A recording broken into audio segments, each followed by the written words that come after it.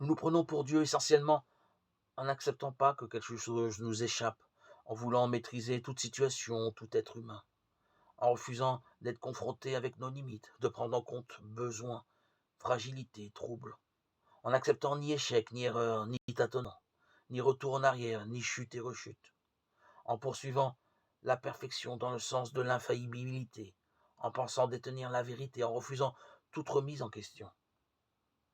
La toute-puissance peut se glisser dans notre façon de vouloir aider l'autre, par exemple en exigeant qu'il change selon nos vues et prenne le chemin qui nous paraît bon pour lui, ou en cherchant à créer son bonheur à notre idée, à lui éviter toute souffrance, en souhaitant combler son manque. La toute-puissance peut bien sûr aussi se vivre sur le plan spirituel, lorsque nous tentons de mettre la main sur Dieu, de l'influencer par nos revendications, de manipuler la parole pour la faire servir nos intérêts. Lorsque nous brouillons son plan en nous liant par des pactes ou des promesses, prenons un chemin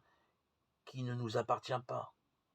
Lorsque le magique s'introduit dans notre foi, lorsque nous court-circuitons les médiations, le travail, les sciences humaines, la médecine,